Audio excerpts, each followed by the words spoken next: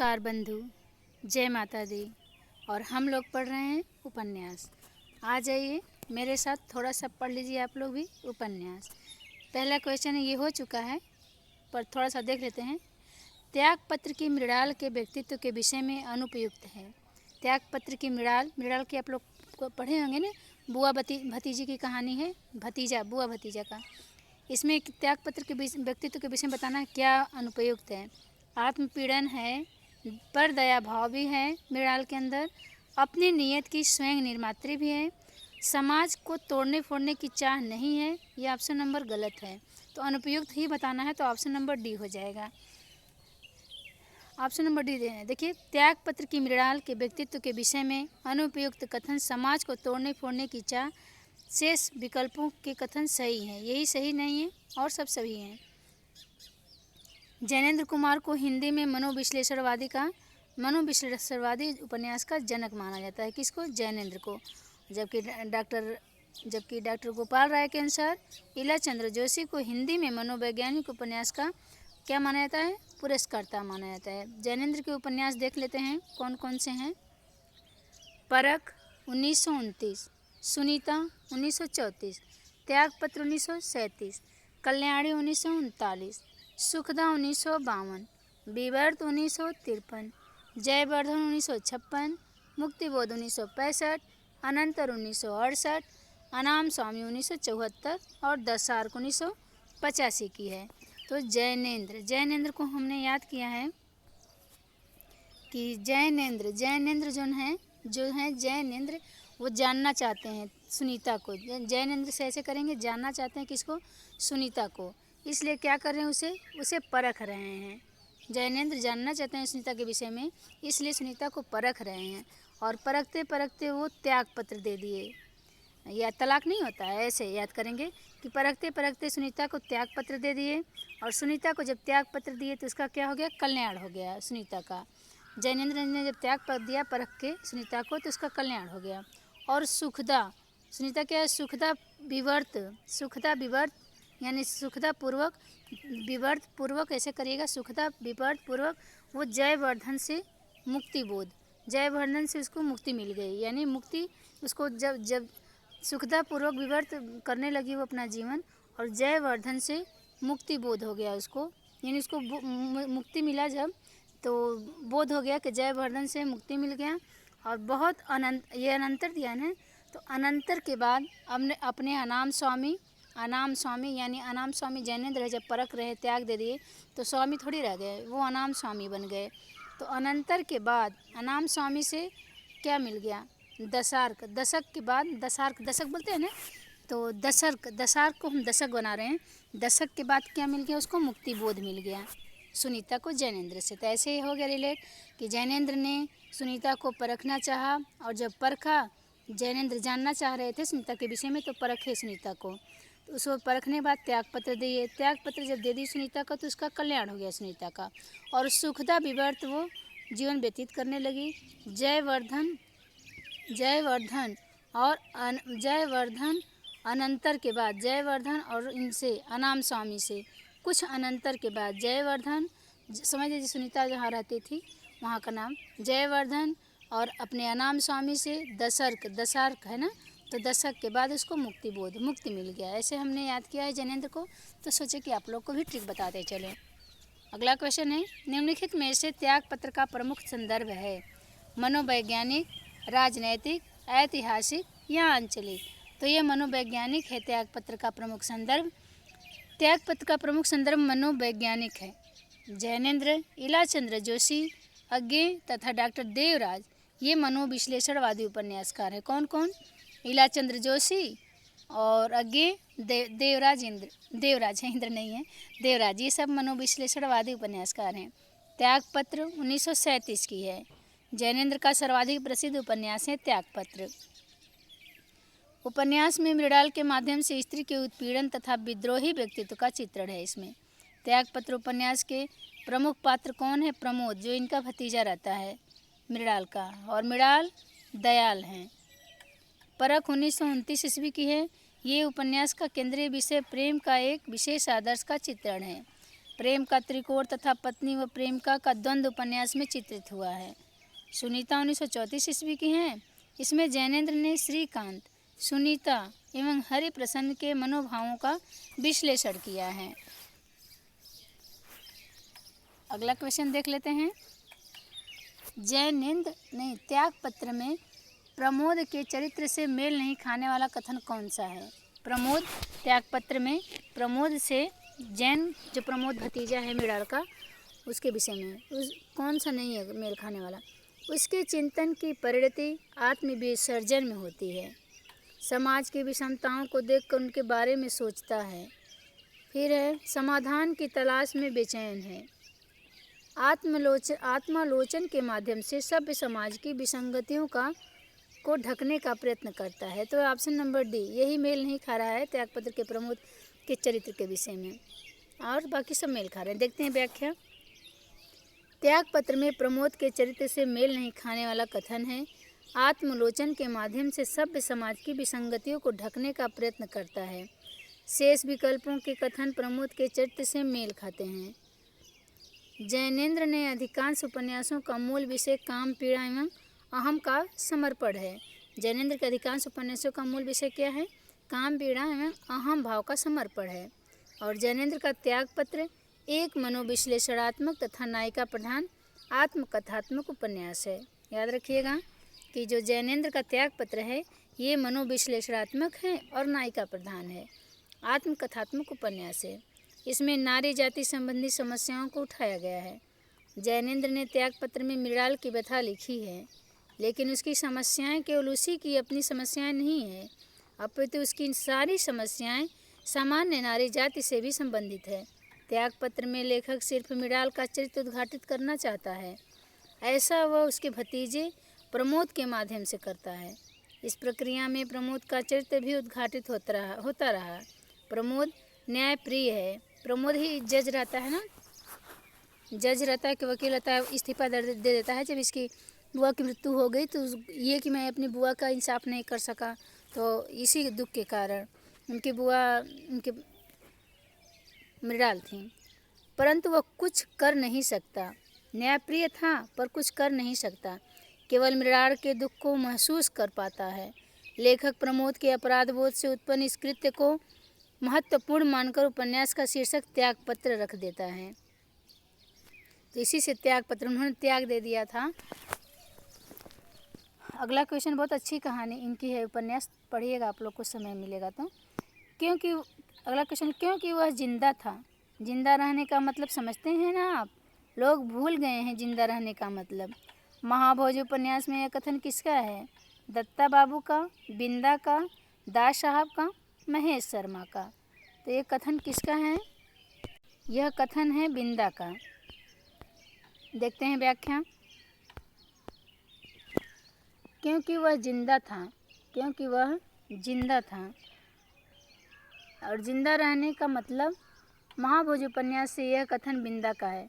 मन्नू भंडारी के महाभोज सर्वप्रथम उपन्यास के रूप में 1789 ईस्वी में प्रकाशित हुई थी। उपन्यास की दृष्टि से महाभोज न चरित्र प्रधान उपन्यास है और न समस्या प्रधान। महाभोज आज के राजनीतिक माहौल को उजागर करने वाला स्थिति प्रधान उपन्यास है। तो पूछा जाएगा महाभोज कैसा उपन्यास है? तो स्थिति प्रधान उपन्यास है। महाभोज उपन्यास के प्रमुख पात्र कौन कौन हैं? दास साहब हैं, विशेषर, बिंदा, हीरा, सुकुल बाबू, जोरावर आदि हैं। और दास साहब कहते हैं कानून हाथ में लेते ही आदमी बेताज बादशाह हो जाता है।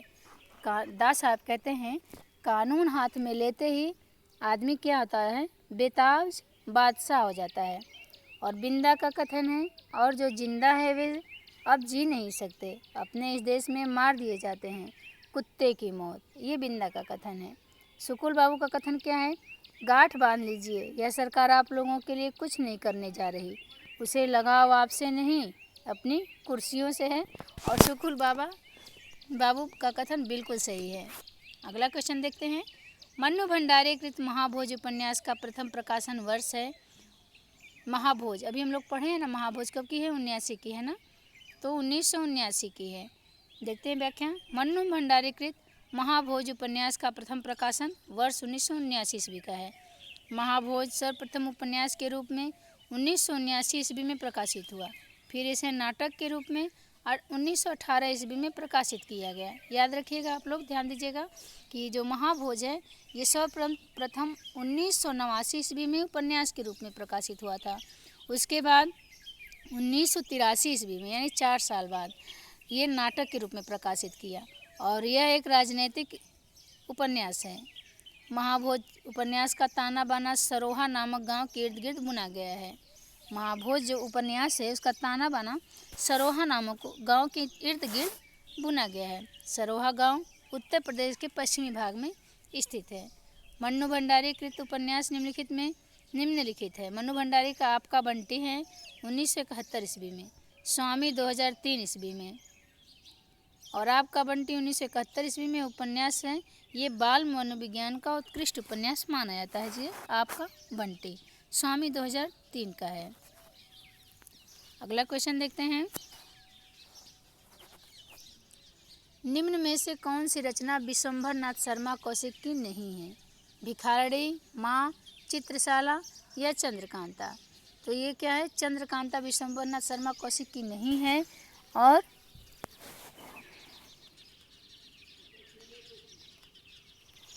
चित्रशाला, भिखारड़ी, माँ और एक और था चित्रशाला, भिखारड़ी, माँ। हाँ, एक संघर्ष भी है इनका, चित्रशाला भी है। नहीं, चित्रशाला देखते हैं व्याख्या। चंद्रकांता विशंभर नाथ शर्मा कौशिक की नहीं है। चंद्रकांता देवकीनंदन खत्री का उपन्यास है, जबकि भिखारड़ी, चित्रशाला और माँ ये विशंभर नाथ शर्मा की रचनाएं हैं। चित्रशाला शर्मा जी की कहानी संग्रह है। चित्रशाला इनकी विशंभर नाथ शर्मा जी की क्या कहानी संग्रह है, उपन्यास नहीं है, ये कहानी संग्रह है चित्रशाला। और माँ भिखारड़ी संघर्ष ये विशंभर नाथ की रचना है। तो हम ऐसे याद किए हैं, विश्व भर में विशंभर नाथ के मंदिर में विश्वनाथ का मंदिर है ना, तो विश्वनाथ के मंदिर में आप लोग देखते हैं माँ भिखारी बन के संघर्ष करती हैं। माँ भिखारी देखते हैं भिक्षा मांगती है बहुत से औरतें और बच्चे को भी गोद में लिए रहती हैं। तो उसी पे मैंने कनेक्ट किया है। मैं मंदिरों में देखती हूँ ऐसा दृश्य। तो विश्वनाथ के मंदिर में माँ जो है एक बच्चे को अपने लिए रहती है और भिखारी बन के संघर्ष करती है। तो भिखारी भी है इनका, एक संघर्ष भी है और माँ भी है। माँ और भिखारी का समय एक है, सन पूरा याद नहीं है और संघर्ष 1945 की है। अगला क्वेश्चन देखते हैं। देवकीनंदन खत्री के उपन्यासों के बारे में इनमें से कौन सा कथन सत्य है? यह यथार्थ पर आधारित हैं, ये उच्च कोटि की साहित्यिक उपन्यास हैं। सत्य कथन बताना, यानी एक ही सत्य है, बाकी सब असत्य है। इन उपन्यासों में इतनी रोचकता है कि यह पाठकों को बांधने में समर्थ है और ये जासूसी उपन्यास है। तो देवकीनंदन खत्री का जो है जासूसी उपन्यास नहीं है, तिलस्मी और अयारी उपन्यास इनके हैं ना। तो ऑप्शन नंबर कौन सी होगा? सी। और बाकी सब ये यथार्थ पर नहीं आधारित है, उच्च कोटि के साहित्य के उपन्यास नहीं है, जासूसी भी नहीं है। तो इन उपन्यासों में इतनी रोचकता है कि ये पाठकों को बांधने में समर्थ है। देखते हैं व्याख्या। इन उपन्यासों में इतनी रोचकता है कि यह पाठकों को बांधने में समर्थ है। यह कथन देवकीनंदन खत्री के उपन्यास के बारे में सत्य है। बाबू देवकीनंदन खत्री हिंदी के प्रथम तिलस्मी उपन्यास लेखक हैं। हिंदी भाषा के प्रचार प्रसार में उनके उपन्यास चंद्रकांता का बहुत बड़ा योगदान रहा है। इस उपन्यास ने सबका मन मोह लिया है। इस किताब का रसास्वादन करने के लिए गैर हिंदी भाषियों ने हिंदी सीखी है। देखिए कितना अच्छा है ना, गैर हिंदी भाषियों ने भी हिंदी से सीखी है चंद्रकांता को पढ़ने के लिए। रचनाएं इनकी हैं देवकीनंदन खत्री की। चंद्रकांता एक है और चंद्रकांता संतत भी है। भूतनाथ जो है इनका अधूरा है और इनके पुत्र ने इनको पूरा किया है। चंद्रकांत इनके देवकीनंदन खत्री का। आप लोग नाम बताइएगा ना कमेंट बॉक्स में नाम बताइएगा कि भूतनाथ को किसने पूरा किया है। कुसुम कुमारी, वीरेंद्र वीर, कटोरी पर खून भी है, काजर की कोठरी भी है, नरेंद्र मोहिनी भी है। नरेंद्र मोहिनी। नदी के द्वीप किस विधा की रचना है? तो ये किसकी है सबसे पहले ये बताइएगा। तो नदी के द्वीप किसकी है? ये आज्ञे की है ना। और उपन्यास हैं, रेखा चित्र हैं, निबंध हैं या कहानी है? तो ये उपन्यास ही हैं। और कब की हैं? ये 1951 ईस्वी की है। नदी के द्वीप। व्याख्या देख लेते हैं। नदी के द्वीप उपन्यास विधा की रचना है। अज्ञेय का उपन्यास नदी का द्वीप 1951 ईस्वी एक मनोवैज्ञानिक उपन्यास है जिसमें यौन संबंधों को केंद्र बनाकर जीवन की परिक्रमा की गई है। इस उपन्यास के प्रमुख पात्र भुवन, रेखा, गौरी और चंद्र माधव है। भुवन, रेखा, गौरी और चंद्र माधव है। उपन्यास इनके देखते हैं। अज्ञेय की शेखर एक जीवनी, यह 2 भाग में है। शेखर एक जीवनी 2 भाग में है। पहला भाग 1940 का है और दूसरा भाग 1944 का है। नदी के द्वीप 1951 ईस्वी की है। अपने अपने अजनबी हो जाते हैं कब? 1961 में। 1961 की भी अज्ञेय की है ना एक आंगन के पार द्वार, 1961 की है। उस पर उन्हें साहित्य अकादमी पुरस्कार मिला है और विधा उनकी काव्य है। आंगन के पार द्वार पे साहित्य अकादमी मिला है। और कब मिला है ये भी आप लोग बताइएगा। जितने लोग पढ़ेंगे सभी लोग बताइएगा। काव्य संग्रह इनका भग्नदूत 1933 की है। इत्तेलम 1946 की है। बावरा अहेरी 1954 की है। हरी घास पर क्षण 1949 की है। और आंगन के पारदार 1961 की रचना है। देखिए यहाँ दिया भी है। और पर बताइएगा आप लोग साहित्य अकादमी पुरस्कार कब मिला था इनको। नहीं याद रहेगा तो आप लोग सर्च करके बताइएगा कमेंट बॉक्स में। देखते हैं अगला क्वेश्चन। निम्न में से कौन आंचलिक उपन्यासकार हैं? फणीश्वरनाथ रेणु हैं, हिमांशु जोशी हैं, अमृत राय या इलाचंद्र जोशी? तो फणीश्वरनाथ रेणु जो है आंचलिक उपन्यासकार हैं। इलाचंद्र जोशी ये कैसे उपन्यासकार हैं? मनोवैज्ञानिक है ना। फणीश्वरनाथ रेणु आंचलिक उपन्यासकार हैं। और मैला आंचल 1954 की है। प्रति परिकथा 57 की है। दीर्घ तपा 1963 की है। तो 63 तपा 63 ऐसे है ना। दीर्घ तपा 1963। जुलूस 65 लोगों ने निकाले। कितनी चौराहे 1966 की है। कितनी चौराहे पे छका रहे जुलूस वाले? तो 66 ऐसे याद किया हमने कि जुलूस लेके 65 लोग निकले हैं और न जाने कितनी चौराहे पे ये छका रहे हैं। तो 1966। और लीलाचंद्र जोशी का देखिएगा। ऋणामयी, सन्यासी, पर्दे की रानी, मुक्तिपथ, भूत का भविष्य। और ये जहाँ सारे मिलेंगे अभी इसमें बाकी है वहाँ ट्रिक बता दूंगी कि इनका जो है घृणामयी लीलाचंद्र जोशी वाला। हिमांशु जोशी के उपन्यास कौन कौन है? अरण्य, महासागर, छाया मत छूना मन, कागार की आग, समय साक्षी आदि। अगला क्वेश्चन है हिंदी के उस उपन्यासकार का नाम बताइए जिसकी कृतियों को पढ़ने के लिए बहुत से लोगों ने हिंदी सीखी। हम लोग अभी पीछे पढ़े ना चंद्रकांता वाला और देवकीनंदन खत्री का है। तो वहाँ आ गया देवकीनंदन खत्री और ये चंद्रकांता है। उपन्यासकार देवकीनंदन खत्री की कृतियों को पढ़ने के लिए बहुत से लोगों ने हिंदी सीखी। हिंदी भाषा के प्रचार प्रसार में उनके उपन्यास चंद्रकांता का बहुत बड़ा क्या है योगदान रहा। बाबू देवकीनंदन खत्री ने तिलस्मी अय्यारी जैसे शब्दों को हिंदी भाषियों के बीच लोकप्रिय बनाया। इनके कुछ प्रमुख उपन्यास है चंद्रकांता, कटोरा भर खून, काजर की कोठरी और चंद्रकांता संतति।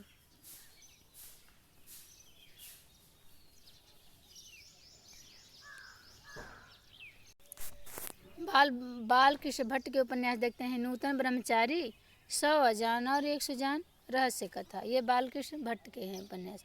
शरद चंद्र चटर्जी ने प्रेमचंद्र को क्या कहा था? उपन्यास सम्राट कहा है। तो पूछा जाएगा उपन्यास सम्राट की संज्ञा किसने दी है? तो शरद चंद्र चटर्जी ने दी है। अगला क्वेश्चन है जासूसी उपन्यासों का हिंदी में प्रवर्तन करने का श्रेय किस उपन्यासकार को दिया जाता है? सुरेंद्र मोहन पाठक को, किशोरीलाल गोस्वामी को, गोपाल राम गहमरी एवं प्रकाश शर्मा। तो गोपाल राम गहमरी जो हैं ये जासूसी उपन्यास के प्रवर्तक हैं। ऐसे याद करें कि ये क्या करते हैं गहमरी जो गहराई से करते हैं जासूसी। व्याख्या देते हैं जासूसी उपन्यासों का हिंदी में प्रवर्तन करने का श्रेय गोपाल राम गहमरी को जाता है। पाश्चात्य साहित्य में आर्थर कॉनन डॉयल ने जासूसी उपन्यास लिखे हैं। पाश्चात्य साहित्य में आर्थर कॉनन डॉयल ने जासूसी उपन्यास लिखे हैं, इसलिए इनको भी हिंदी का कानन डायल कहा जाता है किसको? गोपाल राम गहमरी को। खून आदि से संबंधित घटनाएं होती हैं इनके। चोरी डकैती, इस कोटि के उपन्यास में क्या होता है? चोरी डकैती, खून आदि से संबंधित। अच्छा, जहाँ आएगा चोरी डकैती, खून, लाश, ये सब समझ लीजिएगा गोपाल राम गहमरी की है। हिंदी में लगभग कितने उपन्यास की रचना की गहमरी ने? 200। गुप्तचर 1900 ईस्वी, अद्भुत लाश 1996, बेकसूर की फांसी 1900, सरकती लाश 1900 आदि की है। किशोरीलाल गोस्वामी के उपन्यास क्या हैं? स्वर्गीय कुसुम व कुसुम कुमारी 1909 ईस्वी, लवंग लता व आदर्श बाला 1890 ईस्वी, चपला व नब्बे समाज 1903 ईस्वी, अंगूठी का नगीना 1918 ईस्वी। वह सफ़र था कि मुकाम था, कृति की लेखिका मैत्री पुष्पा हैं। वह सफ़र था कि मुकाम था, इस कृति की लेखिका कौन है? तो मैत्री पुष्पा हैं। इनके उपन्यास हैं स्मृति दंश, बेतवा बहती रही, इदम नमम, चाक, झूला नट, आलमा कबूतरी, कहे ईश्वरी फाग और तिरियाहट। अगला क्वेश्चन है, भारतेंदुकालीन किस उपन्यास से आधुनिकता की शुरुआत मानी जाती है? रानी केतकी की कहानी, परीक्षा गुरु, 100 अजान 1 सुजान या चंद्रकांता? तो भारतेंदुकालीन किस उपन्यास से आधुनिक कहानी की शुरुआत मानी जाती है? ऑप्शन नंबर बी, परीक्षा गुरु। व्याख्या देख लेते हैं। भारतेंदुकालीन उपन्यास परीक्षा गुरु, जो कि लाला श्रीनिवास दास द्वारा रचित है, से आधुनिकता की शुरुआत मानी जाती है। रानी केतकी की कहानी उदय भानचरित ईसा अल्लाह खां की रचना है, जबकि 100 अजान 1 सुजान बालकृष्ण भट्ट का तथा चंद्रकांता देवकी नंदन खत्री का उपन्यास है। अगला क्वेश्चन है, मुझे चांद चाहिए के रचनाकार हैं? काशीनाथ सिंह, सुरेंद्र वर्मा, मुक्तिबोध या श्रीलाल शुक्ल? तो कौन से हैं? सुरेंद्र वर्मा है मुझे चांद चाहिए। मुझे चांद चाहिए के रचनाकार कौन है? सुरेंद्र वर्मा है। इस उपन्यास पर इन्हें 1996 ईस्वी में साहित्य अकादमी पुरस्कार मिला था। और अपना मोर्चा, काशी का 80, रेहन पर रघु, काशीनाथ सिंह के प्रमुख उपन्यास हैं। राग दरबारी, आदमी का जहर एवं सोनी घाटी का सूरज श्रीलाल शुक्ल के उपन्यास हैं। अगला क्वेश्चन देखते हैं, प्रकाशन वर्ष के अनुसार निम्नलिखित उपन्यासों का सही अनुक्रम बताना है। तो देखते हैं, दिव्या 1945 की है, और जहाज कब का है? 1954 का है। जहाज का पंछी 1954 का है। अमृत और विष 1900 कितनी की है? 66 की है। पहला पड़ाव 1987 का है। तो ऑप्शन नंबर ए। देखते हैं व्याख्या, प्रकाशन वर्ष के अनुसार उपन्यासों का सही अनुक्रम है। दिव्या 1945, यह यशपाल का है। जहाज का पंछी 1954, ये इलाचंद्र जोशी का है। विष और अमृत 1966, ये अमृतलाल नागर का है। पहला पड़ाव 1987, ये श्रीलाल शुक्ल का है। अगला क्वेश्चन है, बांधो न नाव इस ठाव, बांधो न नाव इस ठाव के लेखक कौन है? ये उपेंद्र नाथ अश्क हैं, यह निराला हैं, जयशंकर प्रसाद हैं, मुक्तिबोध हैं। तो ये उपेंद्र नाथ अश्क हैं। बांधो न नाव इस ठाव, एक है बांधो न नाव इस ठाव बंधु, बंधु करके है। और ये जो है बांधो न नाव इस ठाव बंधु, वो सूर्यकांत त्रिपाठी निराला का है। और बांधो न नाव इस ठाव, ये किसका है? ये उपेंद्र नाथ अश्क का है। व्याख्या देखते हैं, बांधो न नाव इस ठाव उपेंद्र नाथ अश्क का उपन्यास है। इनके अन्य उपन्यास हैं गिरती दीवारें, गर्म राख, शहर में घूमता आईना, पत्थर और पत्थर, ये सब उपेंद्र नाथ अश्क की हैं। जबकि महाप्राण कवि सूर्यकांत त्रिपाठी निराला की रचना का नाम क्या है? बांधो न नाव इस ठाव बंधु, एक कविता है। बांधो न नाव इस ठाव बंधु, ये कविता है। सरोज स्मृति और राम की शक्ति पूजा, कुकुरमुत्ता, बादल राग, आराधना, अर्चना, परिमल, गीतिका आदि ये सब निराला की है। तो अर्चना ऐसे लिखा भी है, देखिएगा, अर्चना 1950 की है, आराधना 1953 की है। और परिमल 1930 की है। परिमल 1930 की है।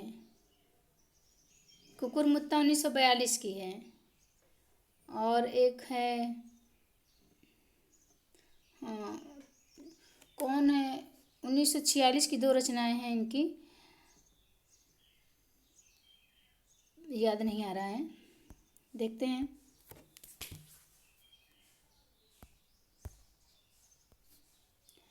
आधा गांव इनमें से किस विधा की रचना है? आधा गांव कहानी है, नाटक है या उपन्यास संस्मरण है? कौन सा है इसमें? तो ये उपन्यासी है। और किसका है? राही मासूम रजा का है। आधा गांव राही मासूम रजा का है। आधा गांव उपन्यास विधा की रचना है। इसके लेखक राही मासूम रजा हैं। इनके अनुपन्यास है टोपी शुक्ला, हिम्मत जौनपुरी, ओस की बूंद, दिल एक सादा कागज, सीन 75, कटरा भी आरजू। अगला क्वेश्चन है, आचार्य हजारी प्रसाद द्विवेदी किस धारा के उपन्यासकार हैं? सांस्कृतिक मिथकीय, समाज की सांस्कृतिक, प्रयोगवादी, प्रगतिवादी। तो सामाजिक सांस्कृतिक के ये आचार्य हजारी प्रसाद हैं। आचार्य हजारी प्रसाद जो हैं ये द्विवेदी, हजारी प्रसाद द्विवेदी जो हैं ये सामाजिक सांस्कृतिक धारा के उपन्यासकार हैं। इनके उपन्यासकार बाढ़ भट्ट की आत्मकथा, चारुचंद्र लेख, पुनर्वा, अनाम दास का पोथा आदि है। अगला क्वेश्चन है, परीक्षा गुरु उपन्यास का प्रथम प्रकाशन कब हुआ था? तो परीक्षा गुरु किसकी है? निवास की है ना। परीक्षा हम कहाँ देंगे? श्रीनिवास, निवास लाला के श्रीनिवास में देंगे परीक्षा। और ये 1877 की है, 1882 की, 1890 की, 1893 की है। तो ये 1882 की है। जीआईसी प्रयोक्ता भर्ती परीक्षा 2017, UPHSC assistant professor 2016, higher education exam 2015 में आया हुआ क्वेश्चन है ये। तो परीक्षा गुरु लाला श्रीनिवास दास कृत उपन्यास परीक्षा गुरु का प्रथम प्रकाशन 1882 ईस्वी में हुआ था। परीक्षा गुरु हिंदी का पहला लिखित उपन्यास है। परीक्षा गुरु क्या हिंदी का पहला उपन्यास माना जाता है। और जबकि 1800 माना किसने? शुक्ल जी ने माना है परीक्षा गुरु को। जबकि 1877 ईस्वी में श्रद्धाराम फिलौरी ने किसे माना है? श्रद्धाराम फिलौरी का भाग्यवती उपन्यास माना गया है, 1877 में है। श्रद्धाराम फिलौरी भाग्यवती। और 1890 ईस्वी में किशोरलाल गोस्वामी द्वारा लिखित क्या है? लौंग लता में आदर्श बाला है। लौंग लता में आदर्श बाला है। अगला क्वेश्चन देखते हैं, निम्नलिखित में से प्रेमचंद्र के उपन्यासों के पात्र हैं कृष्णचंद्र, सोफिया, हरिप्रसन्न या गजाधर। तो इसमें क्या पूछना है? प्रेमचंद्र के उपन्यास के पात्र हैं, कौन से पात्र हैं? तो option number A B C, option number A C, Krishnachandra भी हैं, हरिप्रसन्न भी हैं और एक गजाधर भी हैं। ये प्रेमचंद्र के उपन्यासों के पात्र हैं। देखते हैं, कृष्णचंद्र, सोफिया और गजाधर ये तीनों प्रेमचंद्र के उपन्यासों के पात्र हैं। कृष्णचंद्र जो है सेवा सदन का पात्र है, सेवा सदन उपन्यास का पात्र है प्रेमचंद्र के। और रंगभूमि सेवा सदन कब की? 1918 की है। रंगभूमि 1925 की है। ये प्रेमचंद्र का रंगभूमि, इसमें पात्र हैं सोफिया। सेवा सदन फिर इसमें गजाधर भी पात्र हैं प्रेमचंद्र के। सुनीता अभी हम लोग पढ़ा ना, सुनीता, परख, ये सब जैनेन्द्र की हैं। ये इसमें पात्र कौन है? हरिप्रसन्न है। सुनीता, परख, दशार्क, कल्याणी, ऐसे पढ़ा हम लोगों ने। अगला देखते हैं, 30, 40, 50 उपन्यास के लेखक हैं केशव प्रसाद मिश्र, भैरव प्रसाद गुप्त, राजेंद्र यादव या प्रभाकर माचवे। तो 30, 40, 50 ये प्रभाकर माचवे का। ये कितना खर्च किए हैं? 30, 40, 50 प्रभाकर माचवे खर्च करके, और माचवे शोर मचा रहे हैं। तो 30, 40, 50 उपन्यास के लेखक प्रभाकर माचवे हैं। इनके अन्य उपन्यास परंतु, क्षमा, साचा आदि है। जबकि केशव प्रसाद मिश्र की उपन्यास का है कोहबर की शर्त, और राजेंद्र प्रसाद के लिखित उपन्यास है उखड़े हुए लोग, सारा आकाश, सह और मात, उल्टा, मुखर चिंतन आदि है। भैरव प्रसाद गुप्त के उपन्यास है सती मैया का चौरा, मसाल, गंगा मैया। ये किसका है? भैरव प्रसाद का है। तो भैरव प्रसाद के मंदिर में आप देखे होंगे कि मसाल जलता है दोनों तरफ मंदिर में, और वहाँ गंगा मैया भी रहती हैं। भैरव के मंदिर में गंगा मैया भी रहती हैं, किनारे पे तालाब वालाब बना रहता है, और मसाल भी जलता है उनके मंदिर में, और सती मैया का चौरा भी है। तो मैया का वहाँ चौरा भी है। तो सब भैरव नाथ से या भैरव भगवान से सब कनेक्ट हो जा रहा है। कि सती मैया का चौरा है, जहाँ भैरव बाबा का रहेगा मंदिर, वहाँ सती माता का भी रहेगा जरूर। तो सती माता का चौरा मशाल जलता है, गंगा मैया भी हैं उनके इर्द गिर्द। अगला क्वेश्चन देखते हैं। निम्नलिखित में से प्रेमचंद्र के उपन्यासों के पात्र हैं, वही क्वेश्चन है जो हम लोग अभी पढ़े हैं।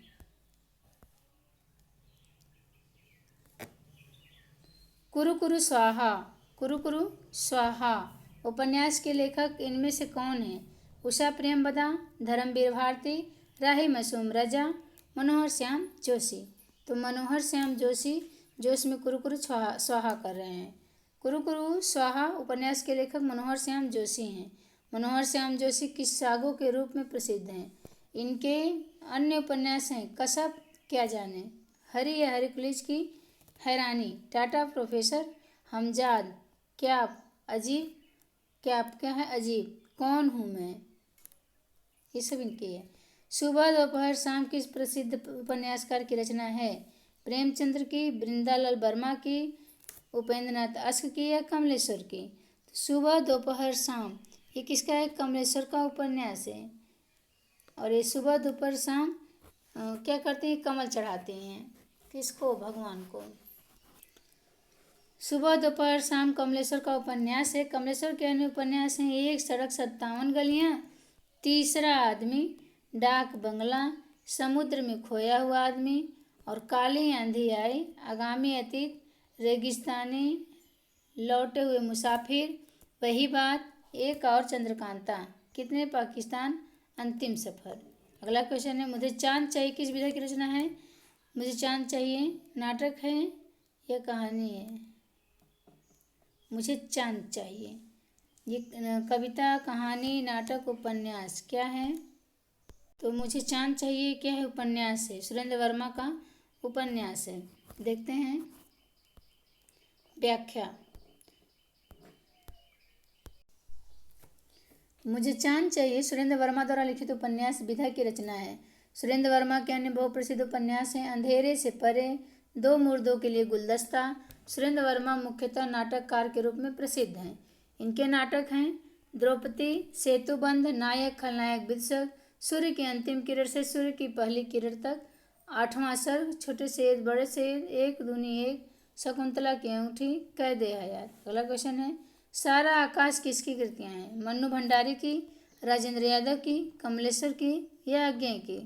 तो ये राजेंद्र यादव की सारा आकाश।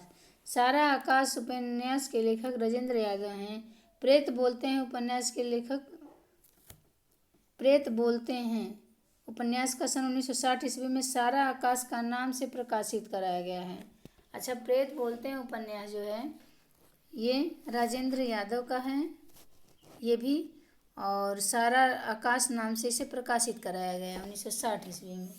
इसके द्वारा लिखित प्रसिद्ध उपन्यास हैं प्रेत बोलते हैं, उखड़े हुए लोग, उल्टा, सह और मात, एक इंच मुस्कान। ये मन्नू भंडारी के साथ है जो एक इंच मुस्कान है।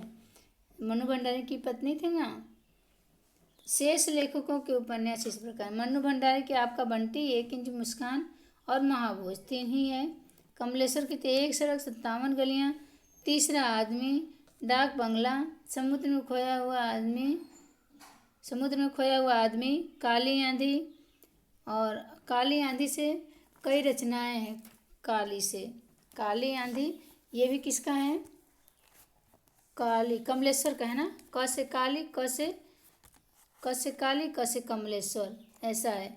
और एक काली आ गया तो काला, एक है काला हंस भी है। ये शालिग्राम शुक्ल की कहानी है काला हंस। और एक काला शुक्रवार है, वो सुधा अरोड़ा की है। एक काली बर्फ है, वो चंद्रकांता की है। काला कोलाज भी एक है ना, बलदेव वैद्य का है काला कोलाज। और काली आंधी कमलेश्वर का है ही।